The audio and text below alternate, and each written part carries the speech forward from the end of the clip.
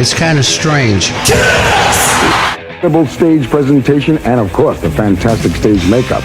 And while audiences love their music, the biggest question was who was really behind the makeup and what did the band really look like? Well, in just a minute, you're going to meet the members of KISS face to face, exclusively here on MTV. But first, take a look at this. Rock and roll's longest masquerade and one of its biggest mysteries came to an end. As we began to record Lick It Up, we thought about getting a manager to replace Bill. Up to this point, Howard Marks had taken over the business aspects of Bill's job, and we were basically managing ourselves. So we went to see a famous manager in LA and told him that we had decided to take the makeup off. "Why don't you keep it on half your face?" he said. On half of my face? That was when we realized how out of touch and out of sync most people were with KISS. We've been doing this for 10 years, and sometimes you have to do something new, something fresh. In the middle of recording the album, more or less out of nowhere, Paul pulled me aside and said, "Gene, I think it's time to take our makeup off." So here we are, more beautiful than ever. After all, Creatures was a good album. The problem was that people were listening with their eyes instead of their ears. If people didn't like what they saw, it was unlikely they were going to like what they heard. Agreeing to take the makeup off was, understandably, much harder for Gene.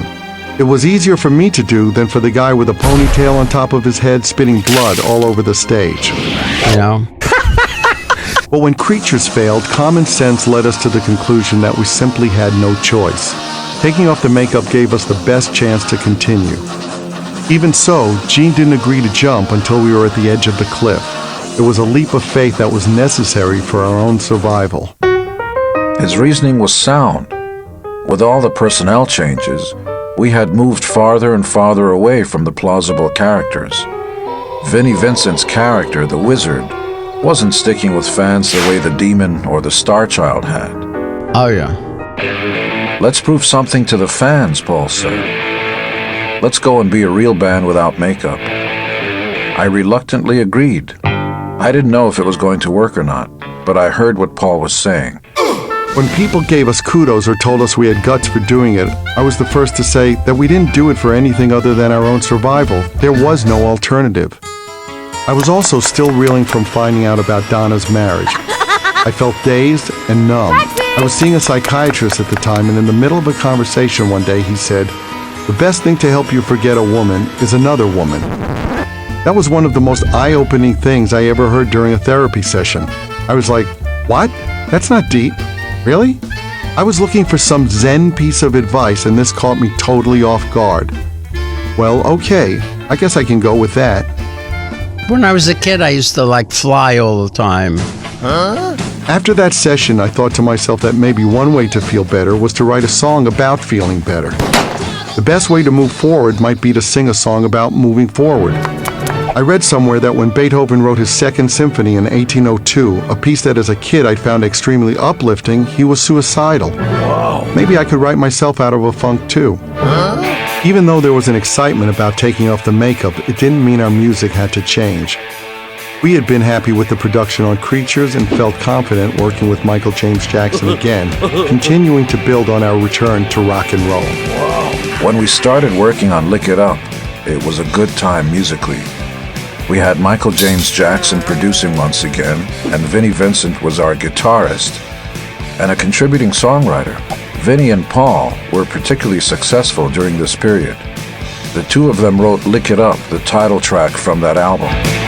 I did like Vinnie a lot, you know. And the thing about Vinnie, see, Vinnie is much more talented overall than Mark is. Eric was my little buddy. I loved him. Everybody loved Eric.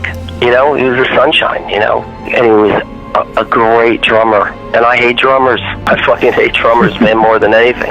Because they don't know how to play a drum beat. Eric knew how to play beat. Dude. Vinnie can sing. He's got a great voice. He's an excellent writer. And with the proper control of himself, you know, he can play some really, really great guitar licks. I don't know. With our band, you know, he just was kind of like trying to outdo himself all the time. And he wound up being worse than what he really was. And even though, you know, Gene and Paul and I helped him through his solos and kind of, you know, structured them with him, there's a lot of him on there. Nah. Working in context of what the band was. I'd say that I give them credit for knowing more than me. I've always played guitar, played in a lot of heavy metal bands, and been doing it until I met these three knuckleheads, and I became the fourth knucklehead. Right. Vinny and I wrote the song Lick It Up in my place on 80th Street in the music room with its now empty lighted guitar cases. Before we wrote, we tried to figure out what sort of thing we were going to try to do, and the therapist's words rang in my ear. We quickly came up with the title Lick It Up, which sounded great. Life's a treat, and it ain't a crime to be good to yourself. Fuck a lot of women. Fuck the guitar. Go for that puss. Just put it. It was a universal sentiment and something that I still certainly believed, whether or not I was living it every minute. It sure felt better than singing a song about being sad. Plus, the act of writing a great song, regardless of its sentiment, made me feel good. That was part of seeing the light at the end of the tunnel. That was part of working my way out of the darkness.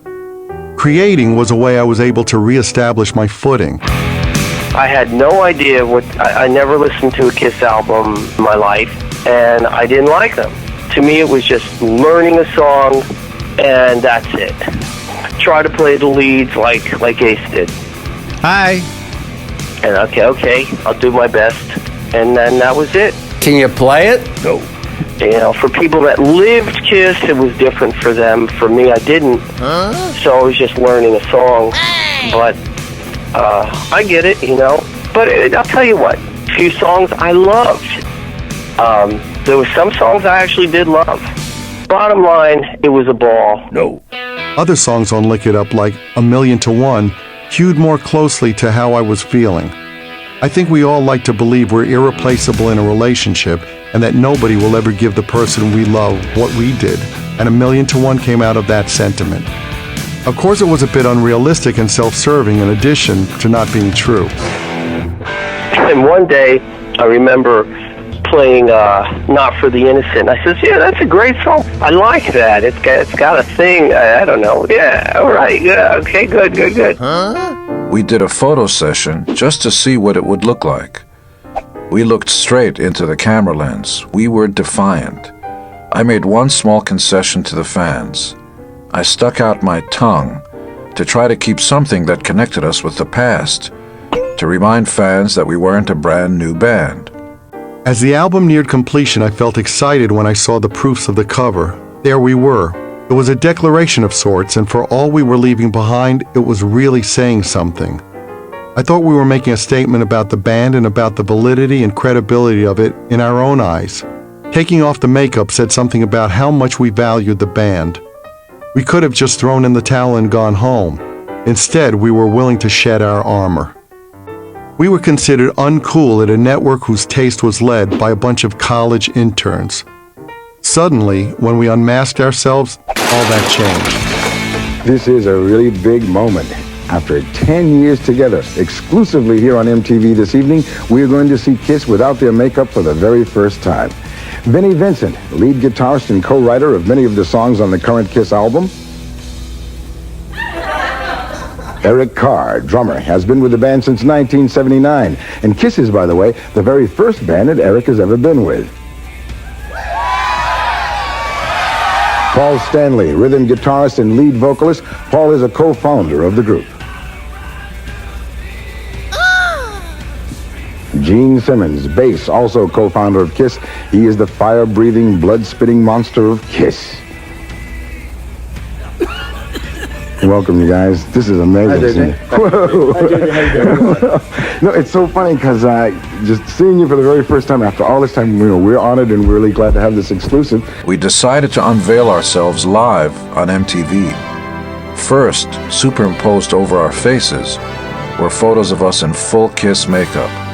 As the VJ announced each of our names, the makeup photos dissolved to our bare faces. We made the best of it, but I was scared stiff.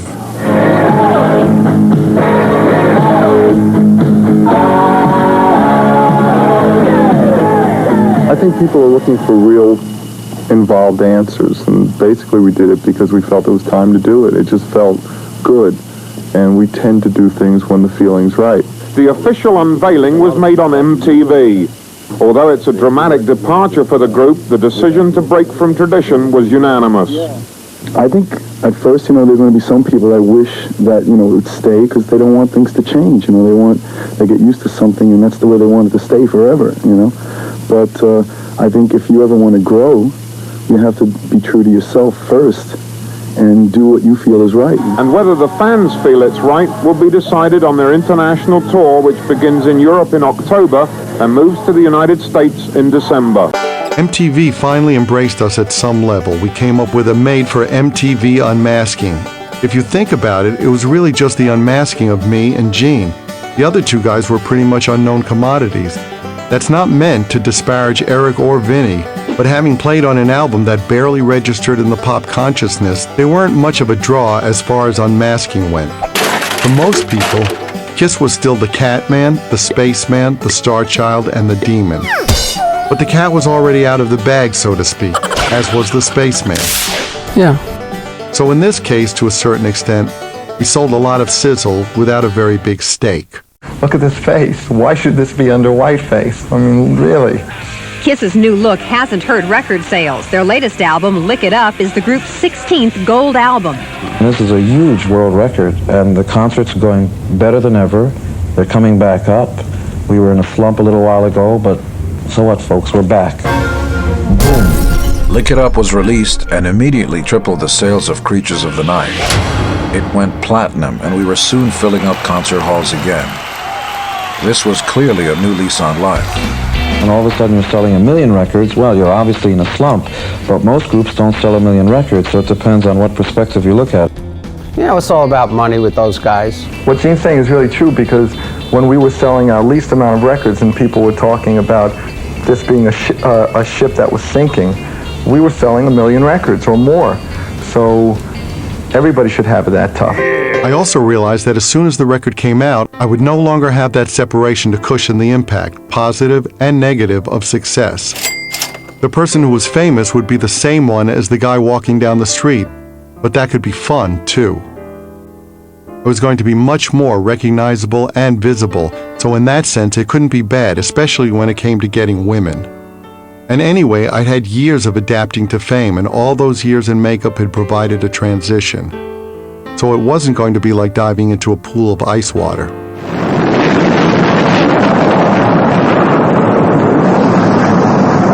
Ladies and gentlemen, rock and roll. Up to that point, MTV had always ignored us. We had filmed one of those I Want My MTV promos, and they never aired it. The video we had shot for Creatures, I Love It Loud, didn't get played. They chose not to give us any exposure, even though we desperately needed it in the wake of the Elder debacle to show that we had recommitted ourselves to doing what Kiss did best. Makeup is something that we added as a dressing, as something special. 10 feet into the audience, you can't see the makeup at all. I wasn't sick of the makeup, I was sick of what it had become. We had to give it up to save what we loved most, the band. This was exciting and liberating too. I relished the chance to prove ourselves all over again, not just to critics and the audience, but also to myself. You've been accused of having bad taste, being lousy musicians and worshipping the devil, being Nazis and God knows what. We've been called everything. It's true, isn't it? We don't have bad taste, we taste good. If you don't like what we do, then turn the channel. You don't have to watch us. But the important thing is that everybody else likes what we do. The more critics don't like us, the more the fans like us. Yeah? I know Star Wars all over America was banned, that it was childish and it wasn't serious, but people don't care about that. They want good entertainment. Climb out the window and come see the band. We're good for you. Your parents, crazy. Incidentally, why are you wearing more makeup than I am? Still, Kiss Unmasking made a great soundbite and people bought into it. We managed to turn that into something of an event and get press out of it. And it worked. I was convinced that Lick It Up wasn't as good as Creatures of the Night, but the album sold way, way better. Probably 4 or 5 times as many albums sold in just the first few weeks after its release in September 1983. It wasn't the music the people hadn't liked, it was how the band had looked. After we took off our makeup and embraced the MTV age, the crowd changed dramatically. Back in the early days, we had started off with a bizarre crowd, opening for other bands, And KISS was perceived as a dangerous band of rock metal rebels. Yeah. When we became more mainstream, the toys and the games brought us a very young crowd. What's going on? Oh, I can't wait to see KISS. At some point, Mom and Dad would show up with their 3-year-old kids. It became like the circus. The 1980s brought us yet another shift. Suddenly, we were popular with teenage girls. They came to the show. They screamed. And sometimes they seemed to want to do more than just scream. Some of them were clearly groupies in training. For the record, I should say that I never went after the underage ones.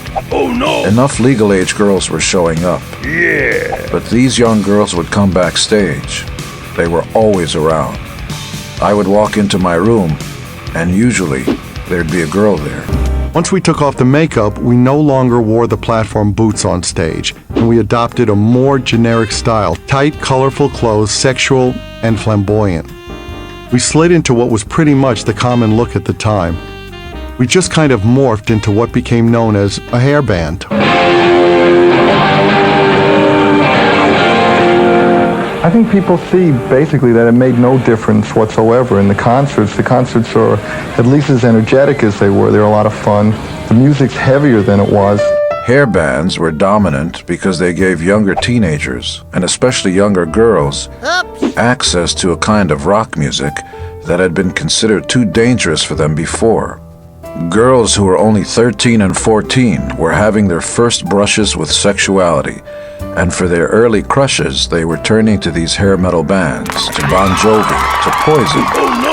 As it turned out, we had one band member who was perfectly suited for this transition, Paul Stanley. He was at home being that kind of frontman, dancing on the stage. We were going to have to find out whether we were a good enough band to exist without the makeup. If what people always said about us was true, that we were a gimmick, then I felt it was time to call it a day because we didn't deserve to continue. Was I nervous? Not really. I knew that what I did was from the heart, whether or not my face was white. It had become innate. I was going to continue to be exactly the same character. We looked like dozens of other bands. There was no place anymore to be different. We had gotten rid of our calling card. We had taken off what made us different, so pretty much all we could look like was a run-of-the-mill rock and roll band. You know, those guys, they change like the weather, you know. MTV had opened up the opportunity for a band from Idaho to look like a band from LA, which could look like a band from London. There was a more homogenized look because every band suddenly realized they could go buy hairspray and tease their hair up high and wear their mom's makeup and roll around on the floor with their guitars, just like they saw in somebody's video. Wow. It was the current state of bands: big hair, spandex, jewelry, femme makeup. Ooh. A lot of bands with that look made a lot of awful music. It's mind-boggling how bad some of that stuff was. It had no soul, no roots. What? Oh. Most of the hair bands were horrible, with noodling guitar players tapping away without really being able to play. But we had to fit in with what was going on, so we did. Wow. And for better or worse, it got us through a couple of decades. Eric Carr must have felt as if the ground were moving under him every time he took a step. He was thrilled to join the KISS he knew and loved, but the first record he played on was a concept album. The second was Creatures of the Night. Then with the third record he played on, KISS took off the makeup. Since MTV had covered our unmasking, we figured that this time around they would probably play a music video if we made one. We weren't going to get a world premiere slot or anything, but we were hopeful it would get played. The video for Lick It Up was a bigger production than I Love It Loud, but we managed to keep the costs fairly low. Some artists were spending hundreds of thousands of dollars on videos at the time, and that seemed crazy to us, especially in light of MTV's track record of not playing us in the past. We wanted to make Lick It Up for a reasonable amount of money. The video opened with an image of skulls, and if you watch very closely, you'll see one of them wobble a little. They were made out of latex.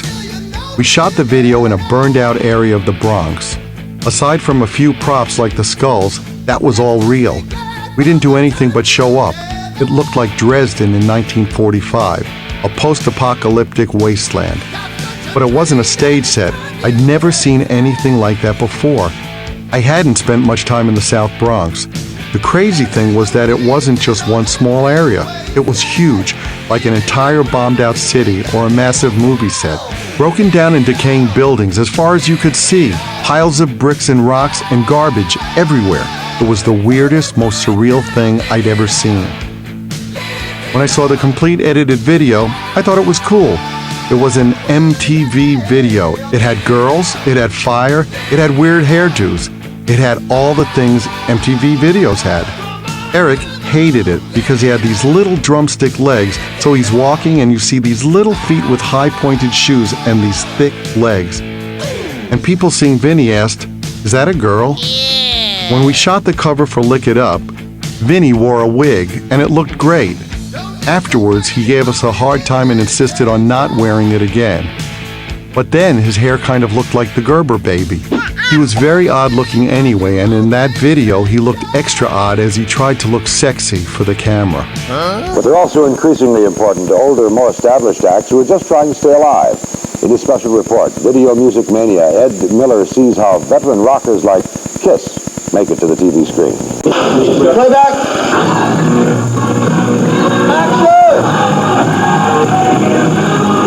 This is the basement of an empty Manhattan warehouse, and you're watching the big guys putting together a video. Even though KISS has had 12 gold albums, the assemblage of this video is critical if they are to stay competitive. I think what video has done is made bands aware that it's not enough just to play. There was 24-hour round-the-clock shooting at this location, plus another 12 hours of shooting at another location, plus almost a week's worth of editing before this project was finished. Final price tag, $50,000. To try to sort of outdo the song is to ultimately defeat the purpose of the video, which is to put the song across. Why are your performances so violent? We are not violent, we are energetic.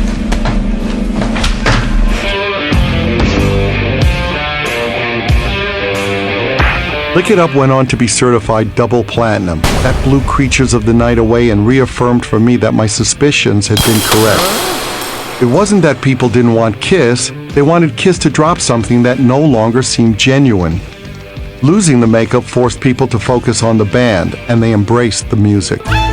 Lick It Up felt like a rebound in other ways too, because shedding the makeup meant, in a sense, shedding an era, shedding a persona, and finally being out there, at least on the surface, as me. The person who was off stage was the same person in the videos. I felt that we had taken one very big step forward. The next test would be playing live without makeup. Were we just a bunch of knuckleheads in spandex and grease paint who blew shit up? Or were we a band, able to go toe-to-toe with anybody else? We were about to find out. Alright, here's the song. This is called Lick It Up. This one's called Give me more. Give me more. The show in Portugal in October 1983 started with our normal introduction. The hottest band in the land! And then, suddenly, there we were on stage without any makeup on. And we were in rock clothes instead of platform boots and bat wings and the usual armored accessories, for the first time ever. I looked over at Gene. He looks just like he did during soundcheck, and there's an audience out there. The crowd didn't understand what was going on. The show had been promoted as a makeup show. Posters all over town showed the old characters. It took a few minutes for people to catch on. Did it have the same visual impact? No. I could feel the difference from the stage, but we had to leave all that behind to find out who we were. The group started their U.S. tour right here in Atlanta. The early and mid-'80s were a troubling time for me in some respects. My connection to KISS, the dominant part of my life for a decade, began to change. Mainly what happened was that I started to get lost. I didn't know how I was supposed to act, because the no-makeup version of the band was an entirely new idea. Paul was in his prime. He was very comfortable being who he was, because in some ways Paul is the same offstage as onstage. For those couple of years it became more his band. Paul was always the guy who spoke in the interviews. Where do you guys go from here? Are you going to change the music any, your style any, or are you guys going to go in and do anything? Comedy, TV, anything? Well, we're always trying comedy. It's just that nobody gets the joke. When you saw photos of KISS, they tended more and more to be photos of Paul. Still, if I stuck my tongue out enough times, I would eventually get in the frame.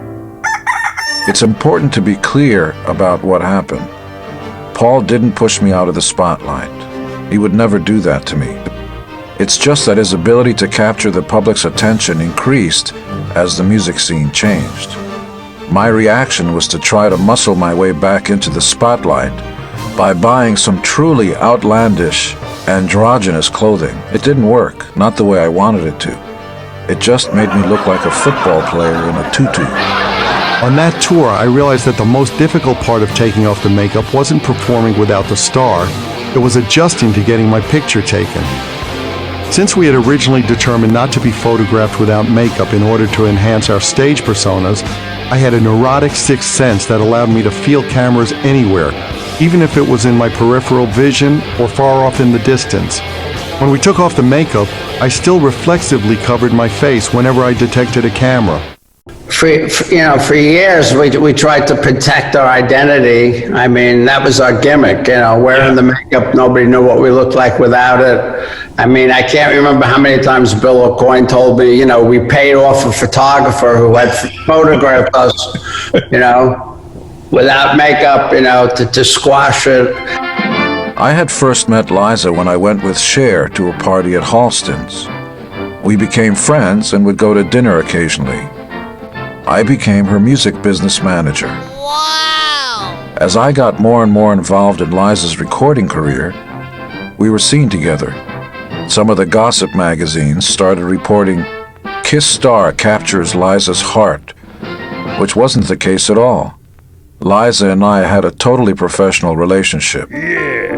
At that time, Dean Martin had fallen out of a tour he had undertaken with Sammy Davis Jr. and Frank Sinatra. Taxi! Liza joined that show. I wasn't the only one who liked Frank Sinatra. When I started working with Liza, Peter Criss kept telling me how much he loved him. I contacted his road manager, who got me front row tickets to see Sinatra in Los Angeles. Sinatra looked at us and winked. Peter was in heaven. I was really excited about that. Oh my God. Around the same time Liza left my life, Neil Bogart, the president of our label, and the man who had helped us so much in our early years, who had supported us as we rocketed to fame, was stricken with cancer. One night, I went to a music industry charity event at the Hilton in New York City. I was sitting with Neil, who had become very puffy, and I was joking with him, telling him, I love pastries too. I didn't realize he was sick. My heart sank when I realized later on that the physical changes had to do with the illness. A few years later, our business manager called and said, would you like to go to the funeral? What funeral? Well, he said, Neil Bogart just passed away. We flew out to Los Angeles and stood there, numb, while everybody from Neil Diamond to Donna Summer delivered eulogies. He was clearly well loved by lots of people. Astonishingly, his son, Timothy Bogart, wrote a script I'm now producing for a movie. Life seems to go in circles. Vinny continued to baffle me. He still refused to sign his contract. He kept promising to sign it, but he never did. And there was no way to make him. We were stuck with no choice but to continue. It's your band, It certainly isn't mine. Yeah. He was really, really good. I didn't realize how good he was. I only remember Vinny from the horrible solos that he used to do live. That's how I remember him, I'd forgotten how good he was on the album. But he just needs, he needs to control himself. I just think it was a bad situation. It was a good step for him, but he didn't know how to deal with it. And he thought that he was going to change everything to suit him. It's kind of strange. But when people say Vinnie Vincent wanted to take over KISS, they're absolutely right. I wanted to make it, and they're totally 100% right. What, are you kidding me? Now, the one thing that I'm not sure if you know about me is I make my own rules, I play by my own rules, and that's what works, We played in Oulu in northern Finland at the end of November 1983. It was the closest I'd ever been to the Soviet Union, maybe 100 miles from the border. We traveled all day to get there, and when we arrived at the arena, it was bitter cold. I had to wear gloves and several layers of clothing in the backstage area. Oh no! We were also starving after traveling all day and were very happy when a huge bowl of hearty beef soup was served. We sat around the family-style cauldron and ladled the soup into our bowls. It was so good. Vegetables and beef in a flavorful broth, nice and warming. Vinny ate part of his bowl and then, saying he was finished, dumped the leftovers back into the cauldron in the middle of the table. We all looked at him in disbelief. Where did you grow up? What are you doing? You just ruined our food. Oh, God. Hey, you gotta forgive me. I mean, we knew that about him before he was even in the band. We heard a lot of things from people that had worked with him. So it's not something new. No. Vinny will only be happy when he's in total control of everything, which is okay. There's nothing wrong with that. But even if you're in total control of things, there's a way to deal with people that you don't make them feel just like, they're workers. Got somebody with my talent and my ability. I ain't gonna be, an employee, Things with Vinny were getting worse and worse. He kept pushing his solos to more and more ridiculously epic lengths, stalling the show.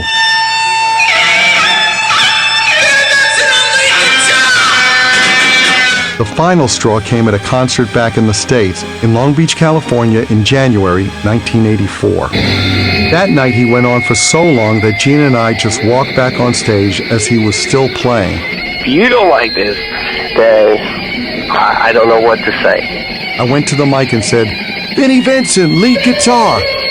Solo over. Anyway, When the lights went down after the next song, Vinny came over to me in the dark and said, "You bastard, you humiliated me."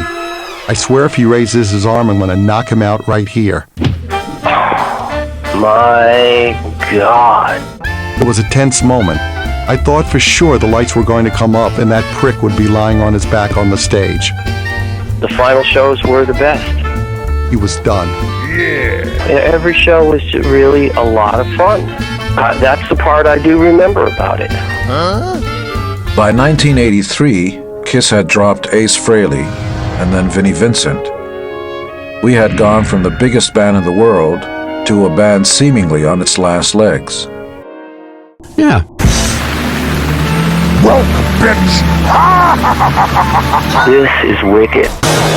That's it, folks. Thanks for the support, and please subscribe and leave a thumb up. Yeah.